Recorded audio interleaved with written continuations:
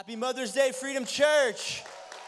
If you love your mom, can you make some noise if you love your mom? Awesome, man. What's up? My name is Justice. I'm the lead pastor, and I'm a mama's boy too. And I want to say what's up to everybody who's online tuning in, and anybody who's new that's here with their mom today and you're wearing your best shirt. Man, we love you. We're glad that you're here. And I do want to say before we get into the scriptures today, my mom's really sick. She has MS. She's been battling this for years, and it's really hard for her to get to church, but she's watching online right now, so I just want to say Happy Mother's Day. And thank you, Mom, that when you were 40 years old and you got pregnant with me and you weren't married and everybody told you to give up on me, thank you for having me, and thank you for marrying my dad.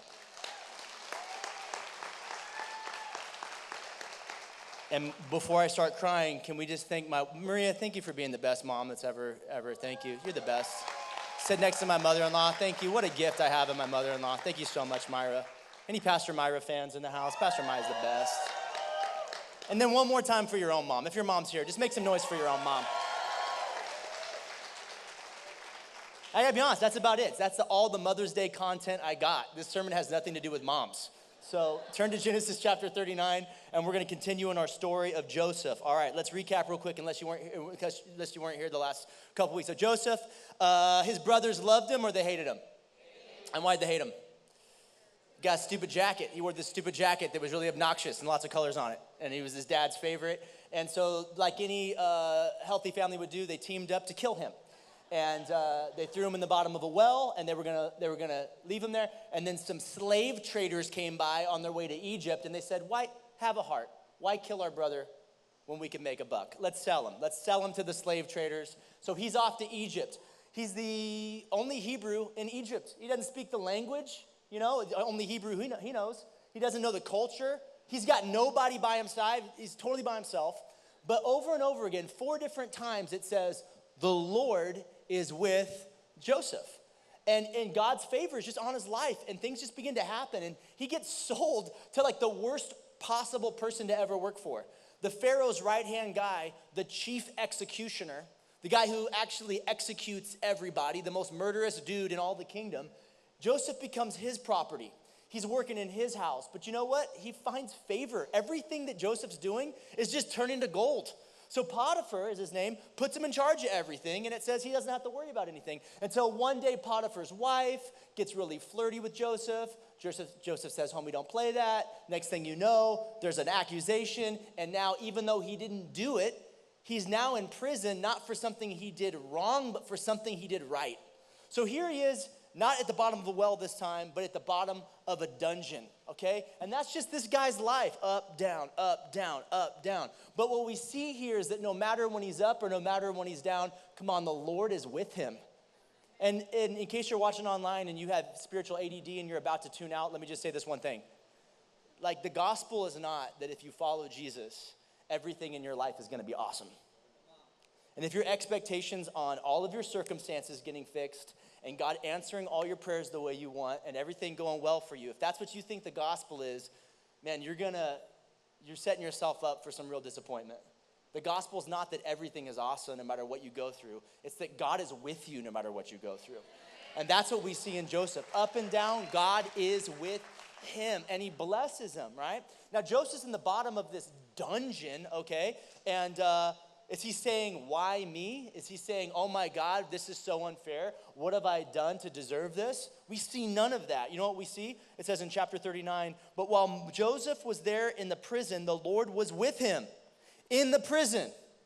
In the prison. Anybody ever been rock bottom in your life, but God is still with you?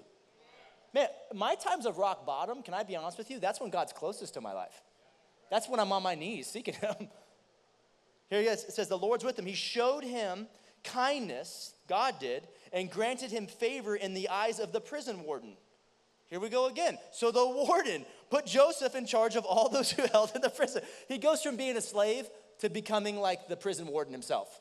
This guy just, God's with him.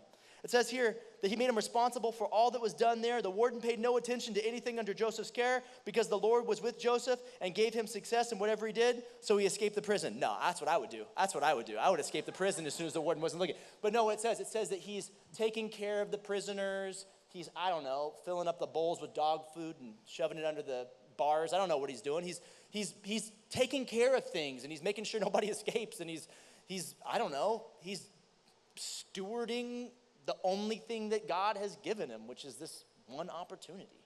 And here he is just doing his best. And you know what he's not saying? I'll tell you what I'd be saying. Can we have a real moment? I'd be saying, God, hello, what about me? Where are you, God? I don't know. In my times of greatest despair and loneliness, I'm usually saying, God, have you forgot about me? Where are you, God? Where are you? And yet it says the Lord is with him. His posture is completely different. He's just owning his situation. He's not there for something he did wrong. He's there for something he did right. And he's like, you know what? I'm still going to own it, and I'm still going to offer it. Turn to the person next to you and say, you got to own it before you offer it. Like maybe you're in a dungeon right now, and maybe you're there not because of something you did wrong, but because of something you did right. Maybe you're on the other side of some awful situations. Maybe it's a health dungeon you're in where you got health stuff going on. Maybe it's a financial dungeon you're in, you know. Maybe it's a relationship thing you got going on. And there you are in a dungeon, and the secret, Joseph just goes, I'm going to own it, and then I'm going to offer it. Here's where I am. I'm not going to make excuses. I'm just going to say this is where I am, and I'm going to believe that God's with me in it, so I'm going to turn around and just give it to God. And I think that posture is the secret to Joseph's success. Anybody else? He's just like, you know what? I'm going to do it for God's glory. I'm going to be a prison warden for God's glory. If that's all I got, then I'm going to give what I got. I'm going to own it before I offer it. I'm not going to make excuses. I'm not going to cry about it for too long. I can't let this pity party go on forever. I'm going to own it, and I'm just going to offer it up to him. And sure enough, God blesses. It says here, the captain of the guard assigned them to Joseph. This is chapter 40. And he attended to them. And after they had been in custody for some time, each of the two men, the cupbearer and the baker of the king of Egypt, were being held in prison, had a dream the same night, and each dream had a meaning of its own. Two guys in this story, you can read this week if you want to catch up on the details, or maybe discuss it in your life group. Anybody excited about life groups launching this week? Life groups are going to be sick. You're going to read this little passage. You're going to discuss it. It's going to be great if you want to go deeper in the sermon, but I don't have all day, so I'm just going to get you right to it. Cupbearers and bakers, okay? Cupbearers. What's a cupbearer's job? A chief cupbearer. What's his job? Who's his job? He's got to make sure before the king takes a drink of the cup that it's not poisoned, right? Everybody trying to take out the pharaoh. So he's got to take a drink of the cup, right? He's got to make sure, see, I'm alive, you're going to be alive, right? Baker, what's his job? Bakes. Brilliant. We got a scholar in the house. Thank you. The baker makes sure the food's not poisoned, right? So you got these two trustworthy people, right? You got the baker making sure the food's good, and then you got the chief baker tasting it at the last second. He also tasted the food, right? I mean, this is a trusted position. Your cupbearer, that's your guy, dude. Like, that's the most trusted dude in the house. Like, the cupbearer, he's got your ear. You share food, for crying out loud. Like, his vavas is on your gauntlet. You know what I'm saying? Like, it's you guys are tight. Something goes down. Maybe the king gets poisoned, or maybe he gets food poisoning. I don't know. Both of these dudes wind up in prison with Joseph. Pharaoh's like, I got to figure out who it was. Who betrayed me? Was it my cupbearer or was it my baker? I'm going to throw them both in prison, figure it out. They have dreams, okay? They each have dreams. Joseph walks in, and it says this, as Joseph came to them the next morning, he saw that they were dejected, right? They were downcast. They were upset, probably because they knew they were going to have their head cut off, and one of them is being accused of something they did wrong, when they probably didn't do anything wrong, and they're afraid for their life. So he asked Pharaoh's officials who were in custody with him in his master's house, why do you look so sad today? Well, we both had dreams, they answered, but there's no one here to interpret them. And Joseph goes, dreams? I know a little something about dreams. One time I had a dream, ran my mouth about the dream. My brothers teamed up and had me almost killed and instead sold me into slavery. Dreams are actually the reason why I'm in this dungeon. If you want to trace back all of my problems in life, it comes back to one of these dreams. So I'm sorry, I can't help you with your dreams. I made a vow, I don't touch dreams with a 10-foot pole. I'm allergic to dreams. Is that what he says? Hey, we turn to the person next to you and say, God doesn't waste pain. This row's not doing it. God doesn't waste pain. Tell him. Tell him. I do that so that you remember it, okay? God doesn't waste pain. Romans 8:28 says that God can use all things. Come on, say all things. All things to his good for those who love him and are called according to his purpose. He can use all things, even pain. Nothing wasted. God doesn't have to waste anything. Joseph is like getting back into a little territory we call redemption territory. Now he's over here dealing with dreams again. Man, I don't know about you, but I'd be like, dude, I don't need to help you. You're the prisoner. I'm the warden. I don't need to be in your drama. Like, you just do your thing. Eat your dog food that I made for you. Don't escape, or I'll have Bruno whip you with this thing. Sorry, we don't talk about Bruno. Stupid joke. He's a prison warder. Why does he even care about these dudes? Why does he care about these dudes? Because remember, he's trying to take everything in his life, even though it's been a bad hand that he's been dealt, and still give it back to God. He's caring about prisoners? He's like, oh, you have a dream? Let me take a stab at it? This doesn't make any sense unless this is a guy who's serious about offering his life to God. And God's hand is with him. We both had dreams. There's no one here to interpret them. In Egypt, dreams were a really big deal. Just think about it. There was like chief wizards and all sorts of like crazy stuff going on with the dreams back then. We both had dreams. There's nobody down here to help us. Joseph said to them, do not interpretations belong to God? Tell me your dreams. I'll take a stab at it. If God shows me, I'll tell you. The first guy comes out. Man, I got this dream, and it says that there's three branches, and it says that I'm going to be able to get the grapes off the branch, and I'll be able to put it in the king's cup. And Joseph goes, I got good news for you. That means that in 3 days, the Pharaoh is going to lift your head and bring you back into your position as the cup bearer. And then the chief baker is like, ooh, do me.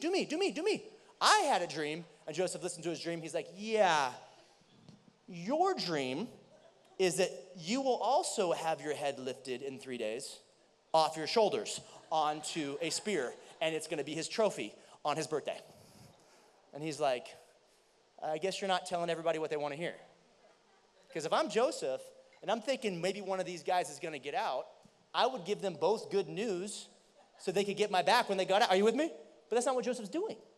He's actually interpreting this. He's only telling them what God said. He's giving them the truth. It says here in verse 20, but when all goes well with you, remember me and show me kindness, mention to Pharaoh and get me out of this prison.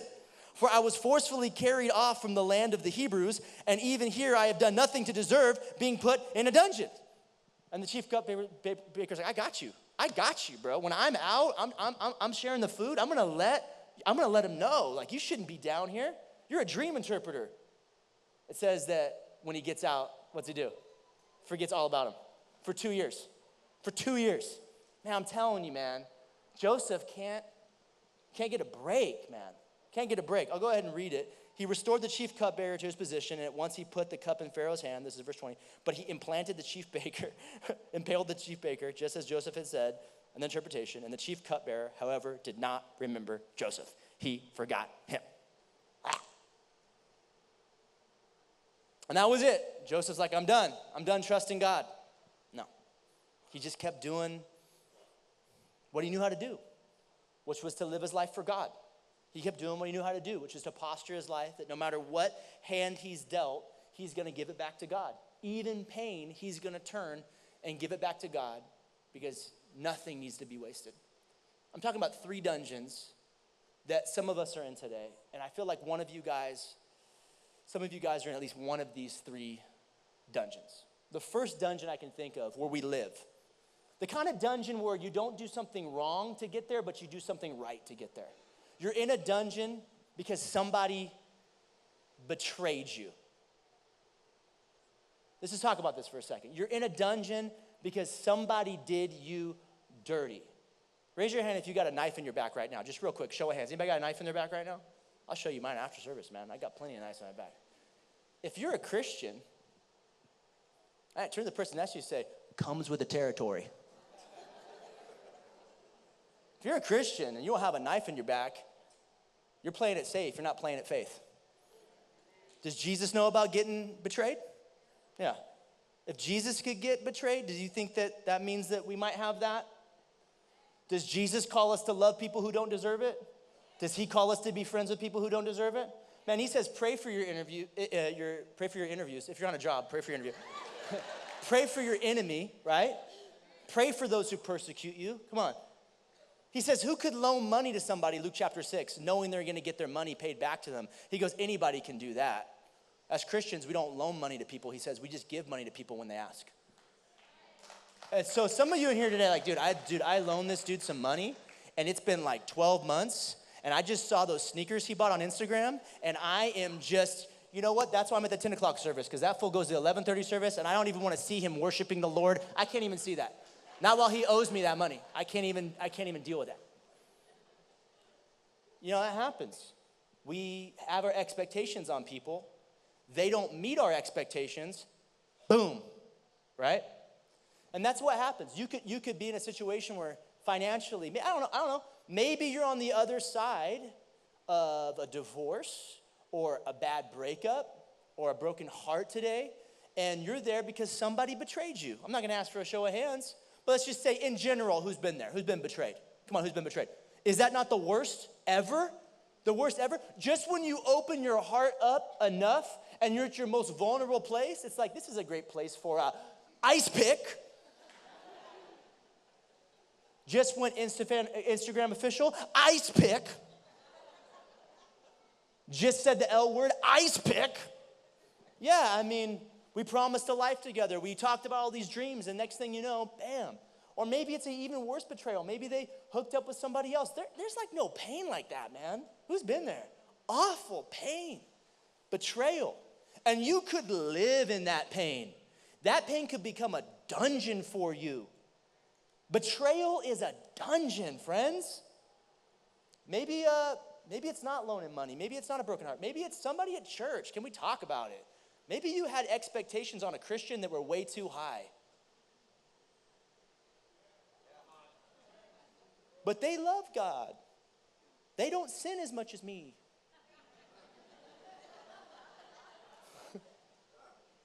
Your expectations on your life group, on the team you serve with, whoever it is, our expectations should be as high as they can be on Jesus and Jesus only. He's the same yesterday, today, forever. He's consistent. I'm not saying you can't have the wrong expectations on Jesus. I'm just saying you can't have high enough expectations on Jesus. He's never going to let you down. He's with you no matter what. But that expectation level is reserved for him. And sometimes in church, we put our expectations too high on people because they're with Jesus. But man, I can tell you that there's a lot of broken, messed up people who go to this church. Are you with me? There's a lot of people that, I don't know about you, but I want this church to be a hospital. I want God to send us as many broken people as he can and let them get healed here. And I want us to be the kind of congregation that has healthy expectations on people because people need grace. And they need to be forgiven. And man, dude, getting stabbed in the back by a Christian comes with the territory. Are you with me? Man, I remember I was starting before COVID, we had 2 other church locations. We had a church location in Highland Park, and we had one in Sunland. And the Highland Park one we had for a really long time.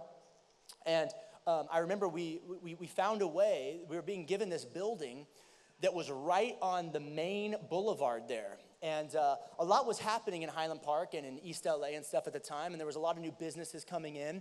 And there was a lot of what they call gentrification happening. And so there was a lot of strain in the economics and in the framework really of the city at the time.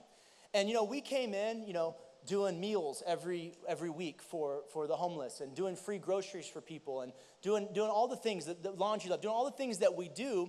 And there was a church in the area that called me. And I knew this guy because I had been looking out for the guy because he was a young church planter and he was out there back where we were. When we first started this church 11 years ago, the first 5 years of this church was half my time was just raising money to keep the church going.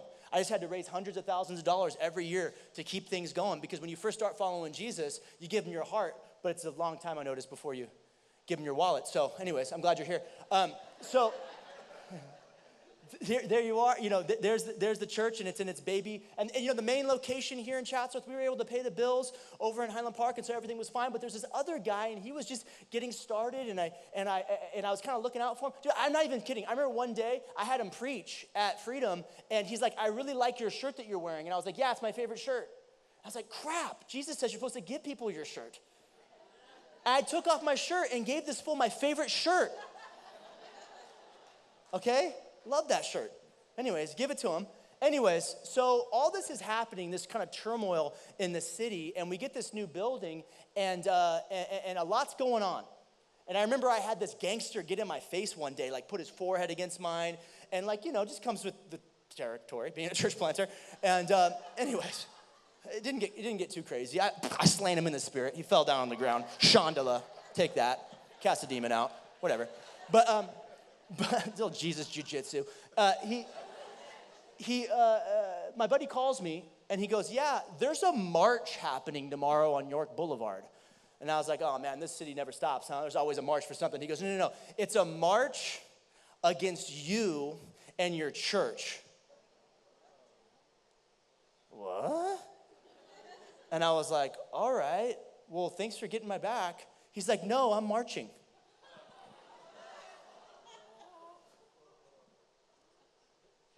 Anybody been betrayed before? By a Christian? I'm just here to tell you, I'm with you in this. But you know who's got a better story than me? Jesus. Has Jesus been betrayed? Dude, Jesus had 12 guys. One of his most trusted guys, Judas. Judas was in charge of keeping the money. Did you know that? That's a really trusted position. He's in charge of the money, right? It says here in verse 28, I love this, man. This is just, this isn't going to get you. "Now the betrayer, Judas, had arranged a signal with them. The one I kiss is the man." Oh, my good God. Judas is arranging a signal to betray Jesus so they capture him, take him to a phony trial, flog him nearly to death, and crucify him. And Judas is like, what kind of secret signal should I give to betray this man? I know. How about a kiss? Talk about personal. Talk about betrayal. He could have given any signal. He could have been like the guy I walk up behind and go, "Whoo, whoo, whoo." This is the guy. What do? The one I walk up, look in the eyes, and give a kiss that's reserved for his closest friends. That's the one you betray. Jesus, the one I kiss is the man arrest him. Going at once, why can't I talk today? Going at once to Jesus, Judas said, "Greetings, Rabbi," and kissed him. And Jesus replied, "Do what you came for, punk." Is that what Jesus said? Do what you came for, you little. Is that what he said? And I was looking at the other gospel writers who record the same thing. And you know how sometimes they're a little bit different because they remember things differently? Hey, they all say the same thing. That Jesus looked him in the eyes, received the betrayal, and called him friend. I think Jesus knew a little something about expectations. His expectations were high on God and healthy on people. And his expectations on Judas was that he was human and that eventually he would let him down. The only one who doesn't let us down is God. Can we just ask God to align our expectations higher on him and healthy on people? If you don't, you will find yourself in a betrayal dungeon, and betrayal leads to disillusionment. Betrayal leads to bitterness. What do I mean by disillusionment? It means you're going to start making vows. You'll be disillusioned. You'll go, you know what? I ain't never loaning money or giving money to anybody ever again because that guy screwed me over. So now I'm going to put myself first, and I'm going to make sure I'm good, and it's a dog-eat-dog world. And if nobody looks out for me, I'll make sure I look out for me. I come first. And that, my friend, is the opposite of the life that God wants you to live and bless. He says the world of the stingy gets smaller and smaller. The world of the generous gets larger and larger. The world of the stingy is a dungeon. You live in a greedy dungeon where you're afraid to take care of other people and help them with your finances. Your world will be tiny. but you're willing to put other people's needs before yourself, even if that means they betray you, even if you go in with those kind of expectations, I might not get paid back. I'm telling you, that's the kind of man, that's the kind of woman that God can trust with a big world. Maybe you're like, I'm never gonna date again. I was betrayed. I have a vow, I'll never date again. Don't make a vow like that. Oh, I'm never gonna get married. Oh, I'm never gonna trust again. Come on, who said that before? I've said that before. Man, I'm telling you, that's a small world. God would love to send you into a great relationship, but he needs to make sure your heart is ready for that relationship. Hearts don't get healed in dungeons. Heart gets healed in the hands of Jesus. Jesus will lead you to not but disillusionment or bitterness. Come on, Jesus will lead you to healing, to grace.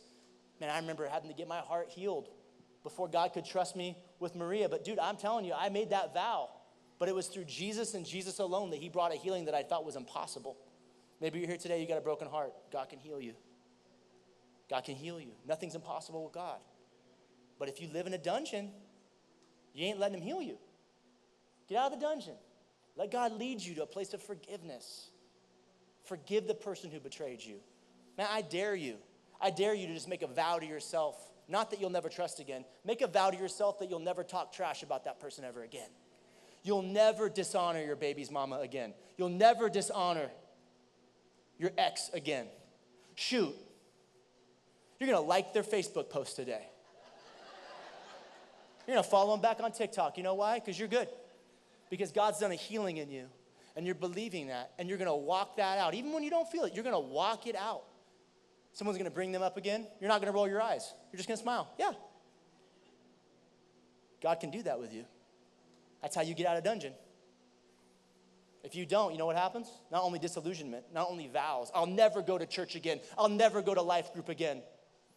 I see it all the time. I see it all the time. That church let me down. I'll never go to church again. I see it all the time. Your life will be small. Betrayal comes with the territory. Let me ask you this. If you're supposed to become like Jesus, and God's creating opportunities for you to become like Jesus, how are you ever going to learn how to forgive if God doesn't let somebody hurt you? You got to say, God, I'm going to have thick skin, and I'm going to have a soft heart. I'm going to lower my expectations. I'm going to raise them on you. That's who we want to be. That's who we want to be. We want to be the kind of people who extend grace and forgiveness, cut people slack, not easily offended. I'm not saying you're never going to get betrayed. I mean, Jesus got betrayed. You know this hurt him. I'm not saying you're going to be some sort of robot. I'm just saying you're going to give it to God when it happens. And you're not going to vow to close your heart off. That's all I'm saying. Yeah, if you don't, the disillusionment, you'll vow not to go to church or not to date again or not to be generous, whatever it is. And you'll get bitter. You'll get bitter. Can I say something without going on a rant? I'm going to try. Can I say something? You know the worst people in my life? None of you are here. The worst people in my life? The worst people. The worst people in my life, the most toxic people in my life, honestly. The ones that I'm just like, good God, get me out of the car with this person. It's like, how long is this car ride with this person? I'm just being real with you guys. The most bitter, toxic people in my life are the ones that just can't get over being betrayed. Bitterness is like poison. And it gets, and you think it only affects you, but we can tell. It leaks out of you. It leaks out of you. It's like, dude, I love you, but I can't hear you complain about this anymore. Dude, I love you, but how many months? You got to get over this. Hey, man, I'm here for you, but dude, the glass, it's not half empty, it's half full. He who started a good work in you is faithful to complete it. The best is yet to come. He will supply all your needs according to his riches and glory. Man, there's a great future for you. Why are you living in the past? Bro, mop it up. You're leaking. You're oozing. There's bitterness coming out of you. Come on, we want to be a people who love comes out of us. Life gives us the squeeze. Surprise, it's not sour, it's sweet. It's Jesus' grace. That's who we want to be. Man, I'm going to read you this verse in Hebrews. Man, I love it. Look after each other. Hebrews 12:15. Last time, turn to the person next to you. Look after me. Let them know. Look after me. Look after me. Look after me. Let them know. Look after me. Look after one another that none of you fails to receive the grace of God. Watch out that no poisonous root of bitterness grows up to trouble you, corrupting just you, corrupting many. Yeah, dude, I'm telling you, bitter people are toxic. It gets out and it just spoils everything. I want you and I to live a life, like I said, not where everything's perfect, but where God is with us in everything. So that when people see our life, it demands an explanation for the God that we love and that we worship. They go, how come you're not bitter? Well, let me tell you about the God who's forgiven me of so much crap. There's not room for me to be bitter. I gotta be a fountain of grace. Because man, if I could tell you about what God's taken me through, there ain't no room to hold grudges anymore. Because I worship the God who doesn't hold a grudge, but dies for me, my death, that I should have died, then gives freely to me, that cost him everything, a new life. Man, I traded in my sin for his perfect life. Dude, it just feels unnatural to hold a grudge. It feels opposite of the gospel to preach a good news, but to live a bittered life. And I don't want poison in my life. I'm not telling you to fake it. I'm telling you to make a vow today. I'm not going to talk about that person anymore. I'm not going to talk bad about them anymore or roll my eyes. I'm not going to do it.